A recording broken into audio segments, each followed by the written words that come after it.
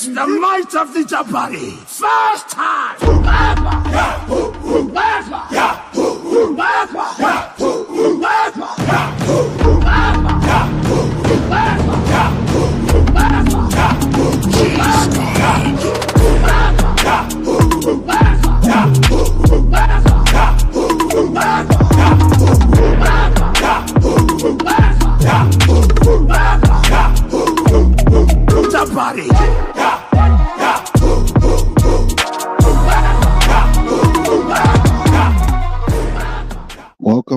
Welcome to the Forefront Radio. Welcome to the Forefront Radio. Hope y'all doing all right.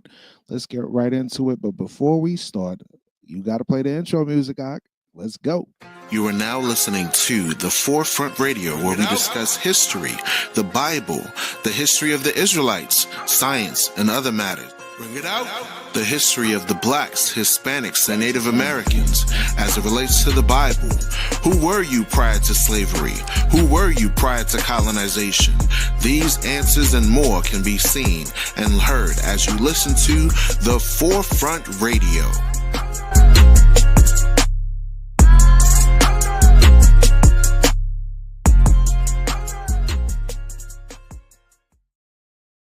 All right. You are now tuned into the Forefront Radio. I'm your host, Aphiel Levi.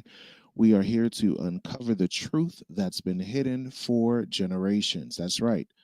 This is part 2 of our powerful series, The Tribes of Haiti, Israel in Exile. In this episode, we dive deeper into the biblical identity of so-called Haitian people, their tribal origins in West Africa, and the prophetic fear of a black Messiah that continues to echo throughout the Western world. Very important information that we're going to cover today. We appreciate all that join in and watch our content on this platform. We also want you all to make sure that you subscribe to this account and click the notification bell. Also, if you would, do me a huge favor, donate to our efforts to teach the truth at www.cash.app/aphiel.levi. We appreciate everyone that joins for our exciting discussions on this biblical-based platform where we teach blacks, Hispanics, and Native Americans that you are the lost tribes of Israel. Now, the first thing we want to touch on is the fear of a black Messiah.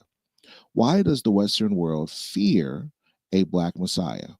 Because if Christ is black, then his people, scattered, enslaved, and colonized, are not cursed, but chosen. In Revelation chapter 1, verse 14 through 15, it says, his head and his hairs were white like wool, as white as snow, and his eyes are as a flame of fire, and his feet like unto fine brass, as if it burned in a furnace. So we know Babylon is fallen, y'all, because Babylon has been teaching us deceptive things throughout our entire experience with Western civilization.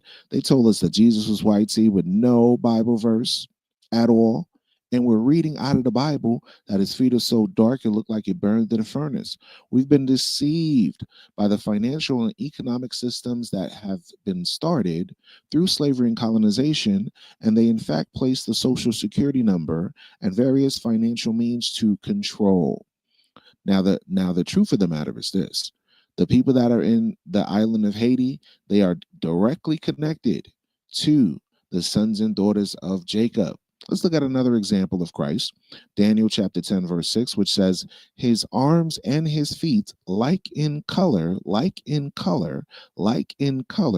to polished brass. What people are called people of color? I wonder. Let's be honest. The description isn't Roman. It's French. It's not British. It's melanated. And if the Messiah is black, then the face of prophecy, righteousness, and divine authority is black too. That shatters centuries of Eurocentric theology and colonial domination. Now let's touch on Haiti's tribal roots in West Africa.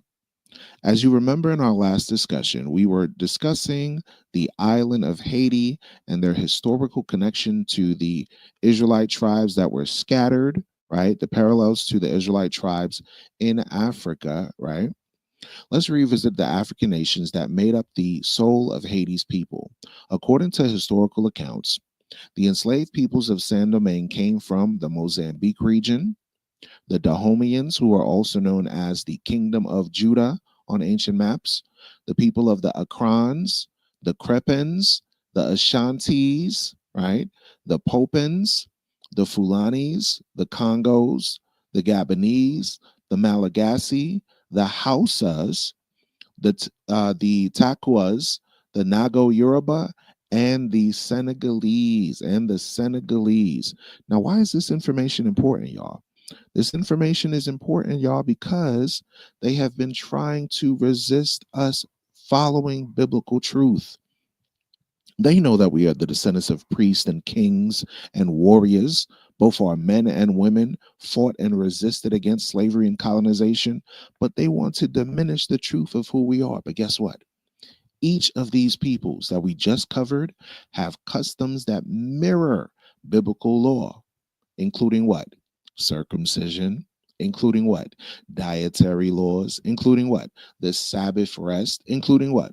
Ritual purity laws, including what? Monotheistic. Watch this. Amos chapter 9, verse 7 says something very interesting. It says, "Are you not as children of the Ethiopians unto me, O children of Israel, saith the Lord?" Who said it? God said it. Who said it? God said it. The children of Israel and the children of Ethiopia are spiritually and ethnically tied, dark skinned, spiritually, rich, and divinely chosen. Now, let's touch briefly on the prophetic captivity and the slave trade, because we know based on history that the Edomites were responsible for placing the sons and daughters of Jacob under their empire of Rome to Europe all the way to America. They were responsible for taking control and seizure over the Bible and enslaving our people. The Bible does not ignore slavery, it actually predicted it and prophesied it. In the book of Joel, chapter 3, verse 6, it says, "The children also of Judah and the children of Jerusalem have you sold unto the Grecians, that you might remove them far from their border." In the book of Baruch, chapter 2, verse 30, it says, "For I knew that they would not hear me, but in the land of their captivities they shall remember themselves." Meaning what? We are now remembering who we are. In these last days, God is waking up the 12 tribes of Israel scattered abroad. Deuteronomy chapter 28, verse 68 says, "And the Lord shall bring thee into Egypt again with ships, with ships, with ships." This isn't symbolic, folks. It's historical. It's historical. These slave ships indicate and prove who the lost tribes of Israel are today and what empire placed them in captivity. These are slave ships carrying both Judah, Levi, and Benjamin to the islands, to Haiti. The transatlantic slave trade was the dispersal of the tribes. Haiti is not a random island of oppressed people. It is the kingdom of Judah in exile, the kingdom of Judea. Now let's touch on black nobility and righteous judgment. Let's touch on black nobility and righteous judgment, because they make you think that we didn't have any type of kingship, any type of rulership, that we weren't royalty, that we weren't God's chosen people. They have deceived us to accept Eurocentric delusionalism, but that's not the case. Let's talk about the kingdom of Bornu and the Urba. These so-called African kingdoms whose customs reflect biblical law. For example, in Bornu, if one was found guilty of theft, not only was the thief punished, but the whole family bore the consequences. This echoes Joshua chapter 7, where we read of Akan, like Achan or Akan, right? Like a Akan tribe in Africa, who sinned and brought judgment to his whole house. Another example is this. In cases of adultery, the punishment was death, just as it states in Leviticus chapter 20, verse 10. These nations practice righteous retribution, not savage superstition, as we were taught in religious circles of the Western civilization. Another example is this. In Urba, repopulation was conducted through rituals of sacrifice and burial, vessels, oil, and symbolic offerings, which all parallel the temple practices in ancient Israel found in Exodus chapter 30 and Leviticus chapter 2. Now, the question for the critical thinker is this: why do the nations fear our awakening? Why do the nations get upset that we are resilient to fight against oppression? Why do they not like the fact that we are the first Black nation in the Western Hemisphere to set ourselves free from slavery and captivity?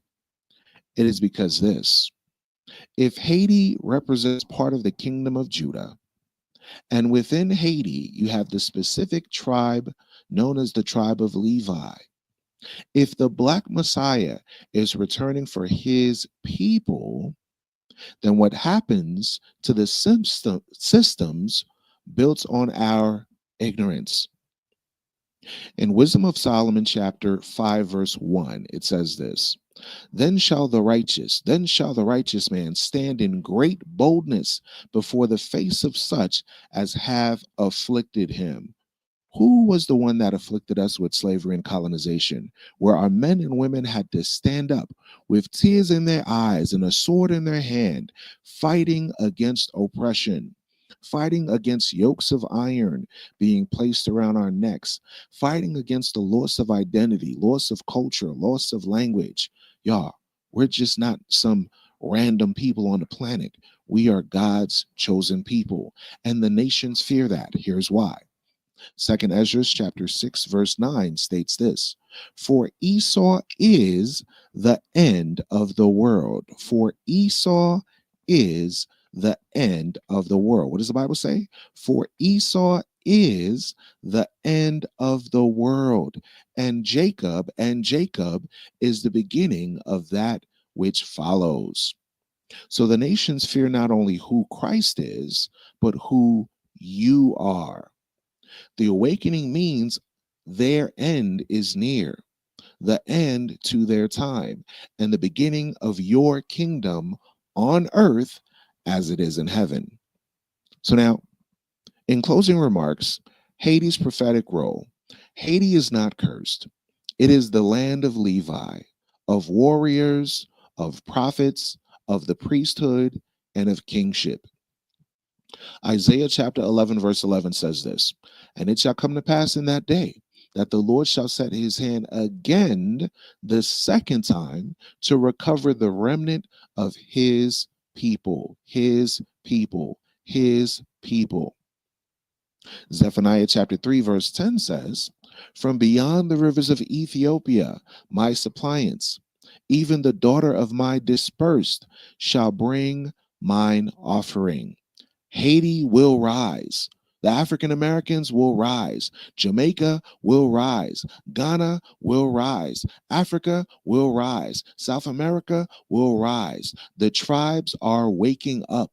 The lion is roaring. Now, this is a call to action for us all. You've been listening to the Forefront Radio. This is part 2 of the Tribes of Haiti, Israel in Exile. Subscribe to us on YouTube, on Spotify, on iHeartRadio, and many other platforms. And know if we unite as a people, we'll be able to rule this earth in dominion forever and ever. Because the Bible says, he that overcomes and keepeth my works unto the end, to him will I give power over the nations. Thank you so much for listening to the Forefront Radio. With that, we say shalom, peace to the 12.